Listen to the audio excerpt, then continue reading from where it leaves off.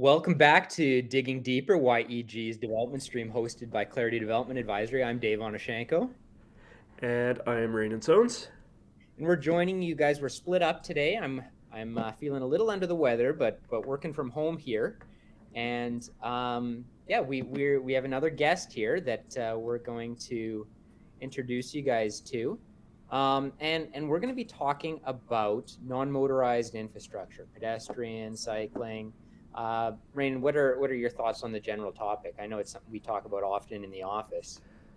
Oh yeah, for sure. I mean, we've all seen the trend of where North American cities are starting to go, and that's better bike grids, better pedestrian infrastructure, and then we've also seen some of the conflicts that come up in those discussions and the politicization and everything else. So thought it would be really fun to talk about all that. We don't have a strict agenda on this one, but we do have a great guest joining us, like Dave said. So let's go ahead and introduce him. Absolutely. Let's jump into it. So today we've got a guest here who's got over 20 years in the industry as professional engineer and a certified road safety professional. I want to introduce to you guys Tyler Golly. He has worked for the city of Edmonton, for Stantec, and for tool design. And most recently, as of just recently here, Martinson Golly, his own firm, partnered with Ryan Martinson out of Calgary. So we are honored to have you, an expert in the industry. Thank you for joining us, Tyler. Oh, really happy to be here, and thanks for reaching out. It's always been, as we've crossed paths, Dave, in the past. It's always a pleasure to collaborate with you on something. So to be able to talk to your listeners or viewers today is really fun. So thanks for including me, reaching out. Fantastic. And a reminder to anyone who's watching live right now, remember, you can throw up comments in the chat and we respond to them as we go. And if this is after the fact, put up a comment, put up a question. We're always happy to respond to that. Yeah. Tyler, oh, sorry, No, I was Rainen, just go gonna ahead. say before we get into it, Tyler, we'd love to hear a little bit about your vision for Martinson Golly, what you guys are hoping to achieve here, what you're doing.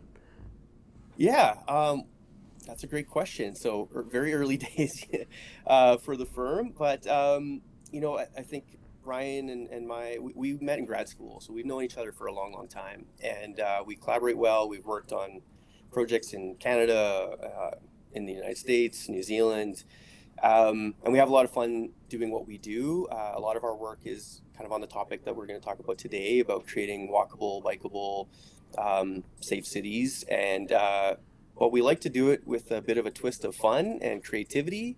Ryan's great at creating cartoons and graphics and visuals that help to deconstruct what can be very technical content Mm-hmm. into something that's actually people can understand and relate to. I have a penchant for Lego, and use that as a tool sometimes to communicate and engage folks. And so I think, really where we're going to be playing is in the complete streets and active transportation and road safety space, and hopefully working with folks like yourselves that are creating community through the land use and transport integration type work. So helping, my past life working on some of those infill projects that are really complex sometimes and tricky and fun because you have a lot of engagement needs. So that's going to be where we're going to be working. Ryan's in Calgary and I'm going to be in Edmonton, and yeah, hoping to help out as many folks as we can. Well, that's awesome. Congratulations. Can't wait to see what you guys start to put together here and work on. And I'll be first to sing Tyler's praises. When I think of bike infrastructure, Tyler's one of the first people that come to mind all the time. And, I've had, the opportunity to go for some rides with Tyler and explore some of, the infrastructure or lack thereof infrastructure at times around Edmonton. And just get out there and enjoy our cities. And as Rainen said, this is a conversation that's happening increasingly, especially across North America, as we see this period of maturation for cities, and we start thinking about how cities, can be better suited for all people, all forms of transportation, how we make them more livable, accessible, safe, especially. And And Edmonton is, the kind of the focus of what we talk about here in Digging Deeper, and has been the recipient and kind of the playground, the experimentation place of some of the stuff that you've worked on here. So, talking a bit about that, like I want to talk about non-motorized infrastructure. Let's talk specifically about bike lanes. And Rainin alluded to something here about the politicization of bike lanes and how that seems to be a touch point where it likes to be, I hate the divisiveness of politics, or people like to take things, but why first and foremost are bike lanes seen as this tool to be divisive about in infrastructure? It's a really interesting thing. It's not just an Edmonton thing, so it happens everywhere. Done a lot of work in Houston and Auckland and different places, and it doesn't matter really where you are. It can be divisive. Part of that's politics. I think we're in it, like kind of the age that we're in, right? We're all creatures of like the broader societal context, and so there's a lot of divisiveness right now in politics, and so sometimes it can be people can feel othered, or we can create like tribes or camps of folks where your mobility choices can be really important part of your identity. And I think it's easy in politics to try to create wedges within those camps. And so if somebody feels like they're losing something because a community decides to invest in bike lanes, if you identify as being a motorist and that's an important part of your identity, you're going to feel like you're losing something. And sometimes it's not necessarily communicated very well about what the community is gaining for that investment, or that the perceived loss that person feels might not be as significant as what they think it might be, because sometimes we're just afraid of stuff that we don't know about. And so our minds can go to a very dark place sometimes and think the whole world's going to end because somebody decided to put in a pathway.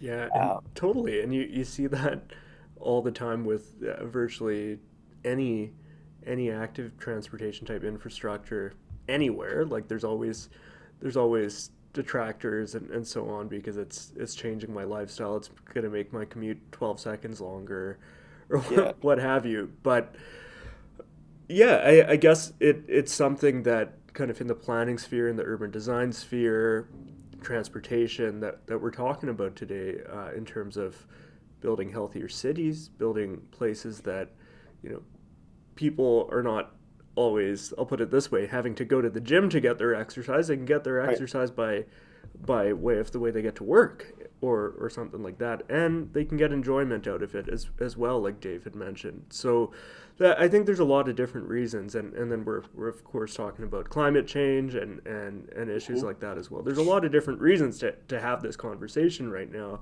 I think you brought up an interesting point about some of the division that comes up. People identifying themselves as a motorist or something else, or as a cyclist even. Some people, some people identify tribe you want to paint yourself in, right? Totally. And I think a lot of the time you get this, and we're seeing this, I think, in the planning sphere, this division between urban and rural that we've had for a long time also transcends into the transportation conversation. I'm a truck driver. I'm not one of those yuppie cyclists, or vice versa, right? Yeah.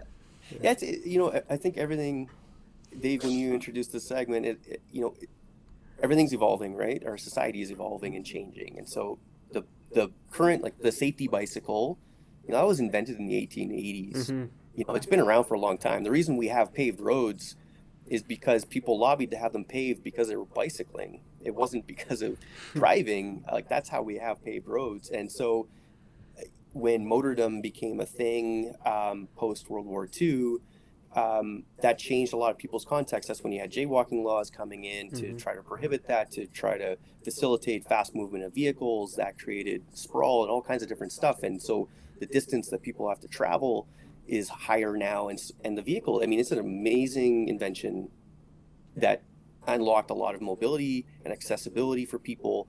But now a lot of people can't drive or don't drive or can't afford to drive. It certainly has health impacts, it has environmental impacts, and so I think communities are continuing to evolve because we have limited space as well, and we can't, you know, vehicles are fairly space inefficient. They're the most space inefficient mode that we have. The most space efficient is something like a subway in terms of the number of people we can move within call it a 3 meter wide corridor. Vehicles are very, very inefficient in that way. And so if we're only building cities to accommodate vehicles, we will have to demolish people's homes and businesses to continue to expand roads if we want to achieve some sort of level of service. We can move far more people with using non-motorized modes or transit than we can with private automobiles. So And you're saying that some of Elon Musk's proposals for underground systems of transport are not going to be the way of the future? Oh, did we lose you there? Hello? He might have frozen here. Oh, that's too bad. That's fine. We'll keep talking. It's we'll wait for him to rejoin. Oh, here we go. That's okay. Sorry, it looks like we're having some technical issues here. You might be seeing a couple Daves on your screen right now, but you know that's the beauty of live streaming, and just kind of how it goes sometimes. Sorry, fellas, I'm back. No. That's fine. So to one point, though, you might hear some people say, especially on the, and I don't want to spend all day here, and we'll move on to something else, but especially as this is, fear of change, or some people leverage this topic as being divisive or trying to be divisive. They talk about social engineering, that you're trying to change, who we are, you're trying to social engineer, and whatever else. You can go far down different spectrums in terms of conspiracy theories and everything else. But I think a strong component that I bring up, and wherever you fall on a political spectrum or ideology, is the conversation about safety. And as a confident cyclist, have we lost Tyler again? Did he freeze? That's okay. We'll just keep going. Anyways, as a confident cyclist, for example, I'm happy to ride the road and stuff as necessary, but it comes down to users that don't have that ability or confidence or something, and keeping them safe. So the example I bring up all the time as a father is with the addition of new bike infrastructure, separated bike infrastructure in municipalities like Edmonton. It makes it a safe place for my kids to be able to bike. Suddenly, we can go and travel over, a period of distance. We can bike down to the ledge, wherever. But I feel safe now because of this separated infrastructure. You have your, middle-aged woman who's commuting into the office and now feels safe that, hey, I can take this separated path through the river valley and get up on this infrastructure, and it provides a level of comfort, of vehicle separation, and of actual safety in terms of preventing collisions and things of that nature. So I think there's a strong case to be made there. And then you can talk about, the rest of the stuff really is secondary. Is there a demand for this? And if so, how can we keep people safe? How can we, achieve this vision zero that the city wants to talk about? If it means actually saving lives. And I think cycling infrastructure is a big part of that. Yeah. Tyler, your thoughts on the matter as we're trying to get you back on here? Yeah, I don't know what's going on with this Wi-Fi connection, guys. Sorry for that. And No problem. glad Shirley's working some magic in the background. So I dialed in with my phone, just using mobile network.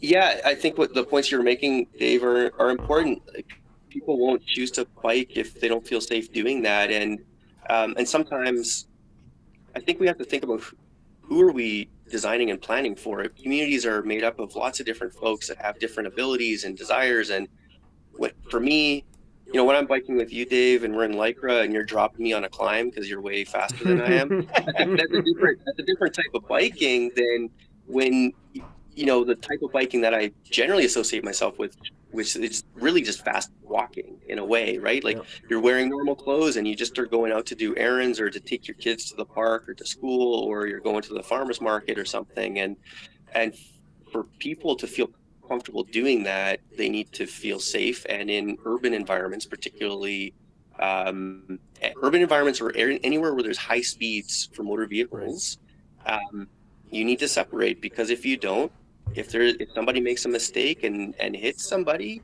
the chances are is that person's going to be very seriously hurt and or die. And so we need to be designing our cities to accommodate that, and it goes for walking as well.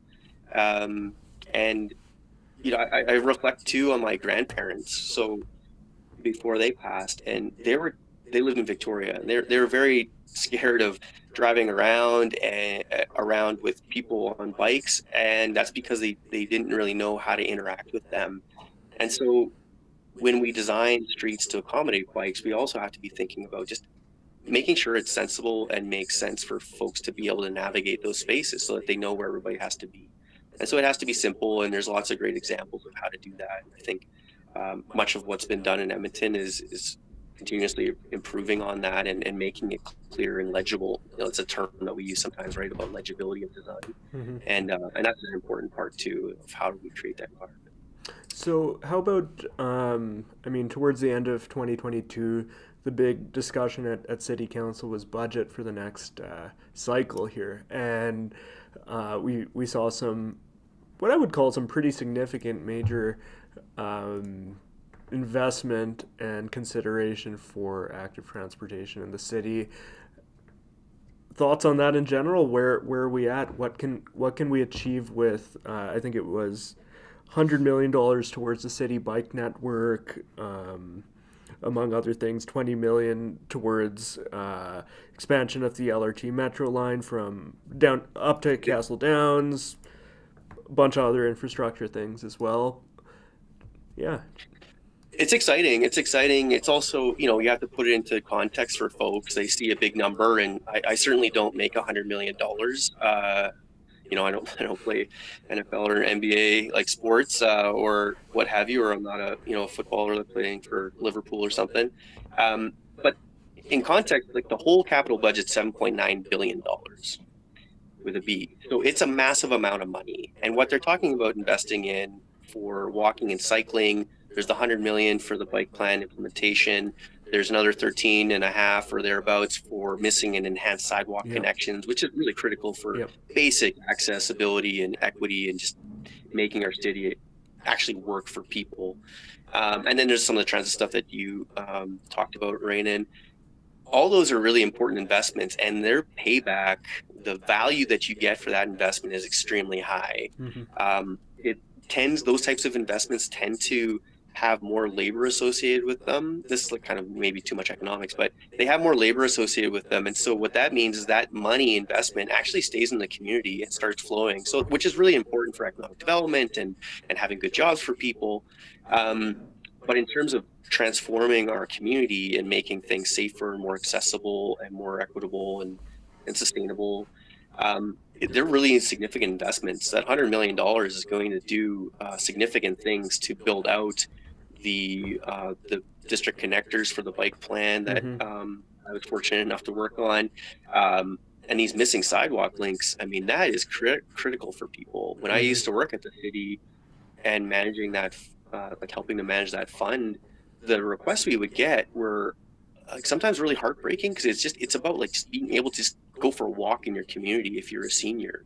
And it's really important investments, because neighborhood renewal is going through, and that's a great program and helping to address a lot of these things, but they are a different program that focuses on individual neighborhoods. And what this missing sidewalk funding is a stopgap to help go out to these communities that aren't seeing neighborhood renewal right away and helping to make them accessible for folks. So those are great. And then the transit investments are going to be really impactful. The two that I'm really interested in addition to the LRT investments, which are great, is the mass transit network routes. They're looking at two, possibly BRT type networks, one going north-south and one going east-west. I think they call them the B1 and the B2 routes.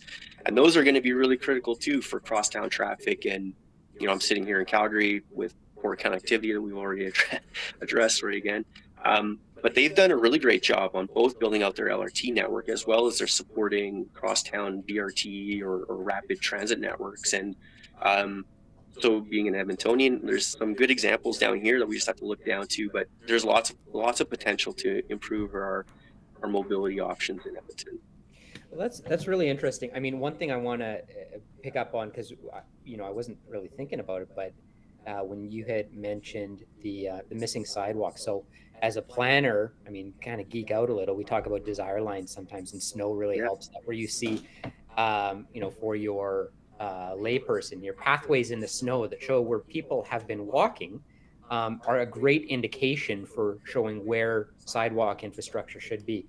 And it's, even in industrial areas where there's lots of foot traffic of people who are catching a bus to work, but there's no sidewalks, or, missing sidewalk links in the middle of neighborhoods. And it isn't even just going out for a walk. It's sometimes it's getting to the bus, it's getting to work.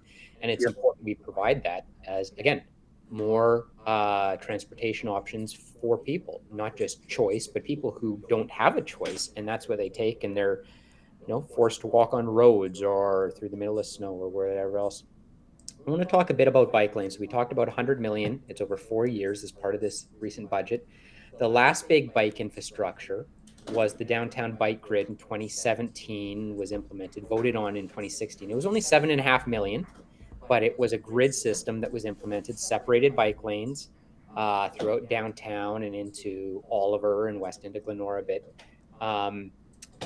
and had fairly big impact in terms of access to core neighborhoods.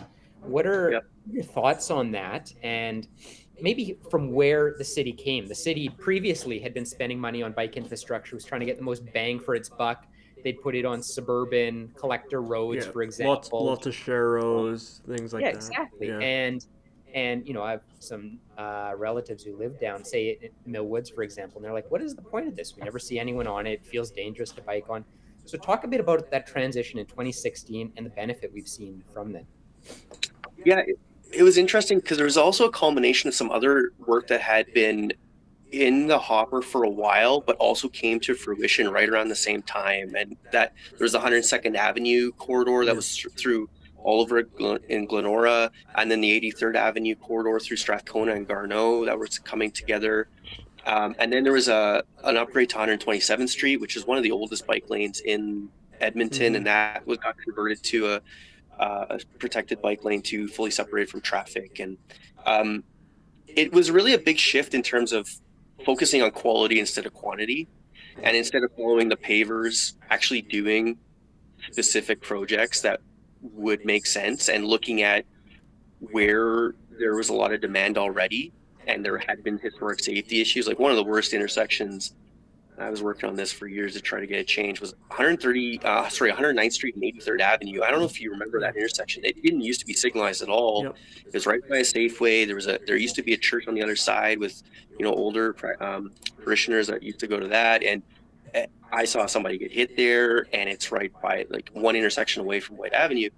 And that was brutal. And one of the big investments for the 83rd Avenue was improving the safety of that intersection, as well as the crossing at 99th Street. And similarly with the downtown bike grid, it was 7.5 million, but I can't remember the exact numbers, but a few million, 2, 3 maybe, was actually to upgrade the signal infrastructure, so the traffic signal. So it had nothing to do, like, it was related to the bike lanes to help actually be able to signalize things and make it safer, but they're running traffic controllers that one of my pals said, the computing power in a solar power, calculator had more computing power than the controllers that they were using downtown at the time. So it was a big investment, and that's, I think, what you see with some of these things too, is that the investments go much further than just adding a bike lane. The work I was doing in Houston, for instance, started as a way to try to, they were working to do 50 miles of bikeway in a single year. And so I was helping down there with that. And it started with biking, but there was so many needs around accessibility. There was missing sidewalks all over the place. So these bike lanes became more like mobility lanes. And we were also, instead of just bypassing the bus stops, we were actually invested a lot of money. The decision was made by the decision makers down there to fund upgrades to the bus stops to make them more accessible. And so it became a much more about community mobility and accessibility than a singular mode. And I think that's what you're seeing a bit more in Edmonton as well. The bike grid was kind of like that. And some of the other major bike routes that have been going on and being implemented, you see more of that investment. It's looking at it from a complete streets lens, I guess, if you want to use a term from the transportation industry. Yeah, for sure. Fantastic. Did we lose you there for a sec, Dave? Well, I've got the dog here at home who wants to go outside, and I'm battling this cold too. But no, that's awesome. I mean, to bring us back, it's looking at none of these types of transportation in isolation. We think of a city like a living being. It's a holistic approach to transportation. It isn't just about moving as many vehicles through an intersection as possible and following your traffic standards in terms of grades that transportation engineers follow, but it's about the quality, it's about the safety of non-motorized, and it's about how each of these things especially interact. So $100 million, and there's a bunch of wish lists of kind of missing connections and everything else.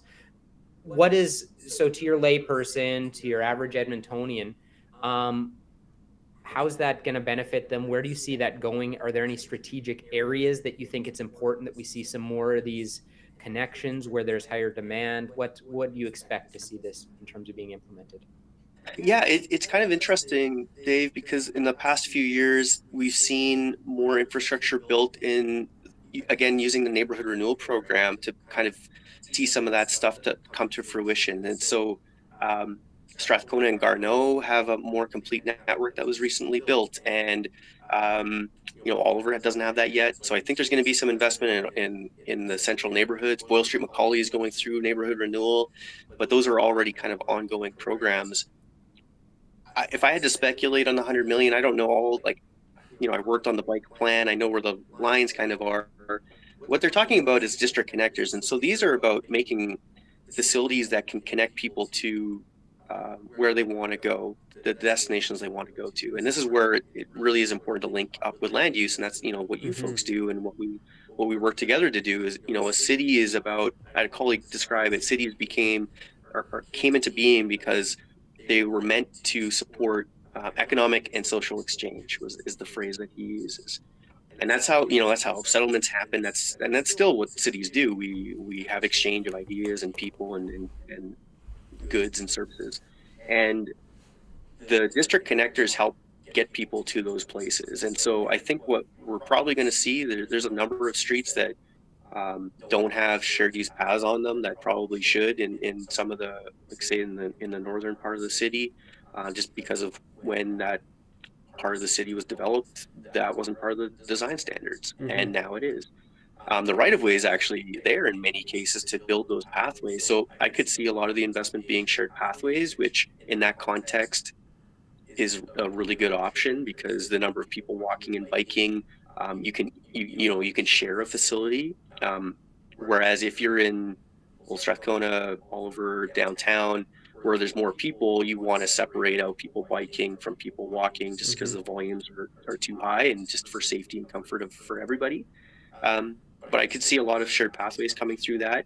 But I could also see building in some of the gaps in the more mature neighborhoods to have some of those coming in. Where exactly, I don't really know, to be honest. There's one of the things that we did do with the bike plan was we looked at bicycle trip potential. It's kind of a different way to talk about possible demand. And so we have a hexagon. It's a really cool map. I'm not a GIS person, but we had someone that's really great at that working on it. And it's kind of like a heat map, basically. If you think of, people are familiar with, say, Walk Score. If they're looking at, to buy a home and it's on realtor.ca or whatever. It's kind of a map of that. It looks at opportunities and destinations that people might want to travel to by bicycle. And so that's kind of a heat map. And the big push with the implementation plan for the bike plan was to focus on the places that have the most potential, but also with a safety lens, because even though a place might not have potential, because maybe the residential density is low or the destinations aren't there, it might still be important to provide a facility because there might be just a huge gap, and people just need some safe way to travel.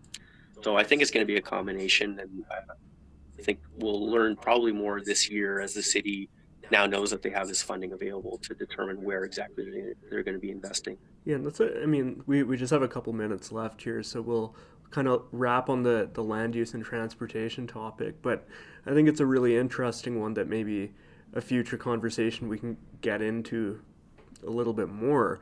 We're seeing urban change in terms of the built form of our city in Edmonton, and not just Edmonton, but again, other North American cities as well. Kind of the reintegration of everything that we need in our city in a closer proximity to us, and less kind of neighborhood segregation, but requirement to get there by vehicle. But as we start to re-densify or densify, I should say, our core and mature neighborhoods of these cities, I think this is essential, in making a more livable community, in making a more livable city, to be able to have options that reflect kind of the change that we're experiencing, which goes just beyond the housing typology. It goes to the kind of spaces that we want to live in. So super interesting. This has been a great discussion. So before we let Tyler go here, we'll use this as a platform. Everyone, one wish list for this infrastructure funding and a problem area that you see. Let me start, because this one is it's burned in my mind and comes up all the time. But it is the Victoria Promenade 116 100th Ave intersection, and there's where it ends, and you got to drive on the sidewalk and cross everywhere. City of Edmonton, Tyler specifically, you guys are listening. This is an area that's already heavily used by cyclists and needs some love to connect these cycling lanes to each other. Obviously, we need to extend the bike grid down 100th, a couple more blocks, but it's a big problem area that I would imagine probably needs some sort of a flyover or bridge or something to make work properly, but maybe there's a solution I'm not thinking of. It's awesome. Tyler, you're up. Oh, geez. We're going to do this. So kind of, it's an interesting one, but because I live in downtown, and the downtown area, I'm really curious and interested to see what happens with Oliver. It's such a dense place. There's so many families that live there. I don't think people really realize that. They just see a big population, and they don't see or think about how many seniors live in that neighborhood, and also how many kids. So I'm really excited to see the Oliver neighborhood renewal actually to come through. I think there's great potential there to expand places for kids and like a community for kids and seniors, and make it more accessible. So that would include, in my mind, bikeways as well as better walking. And it's just so interesting how that neighborhood's evolving and continuing to evolve. So I'm going to keep my eyes on that. I love that. I'm an Oliver resident, so I'd be all aboard. I'll give you mine, and then we can wrap up. This is something a little more, just for fun, but also kind of important depending on where you live in the city, and what your mobility needs are. So in some Scandinavian cities and places like that, you'll occasionally see kind of bike escalators to get you uphill when you're at the bottom of the valley. You just put one foot on it, and you can roll right up that way. So I know we've got a funicular here, but there's sometimes that I'm riding in the valley that I think, oh man, I could really use a little help on this one. So love a bit of that. That's funny. When I have those feelings, it's when I'm trying to chase Dave up the stupid hill and he beat me by kilometers. Yeah. Well, I'll tell you what, Tyler. The three of us, when the snow's off the ground, and there's a lot of good ways to ride in the winter. I'm a little more fair weather, but why don't we'll get out, we'll hit a patio, and we'll bike around the city, all three of us together, and talk a bit more about this.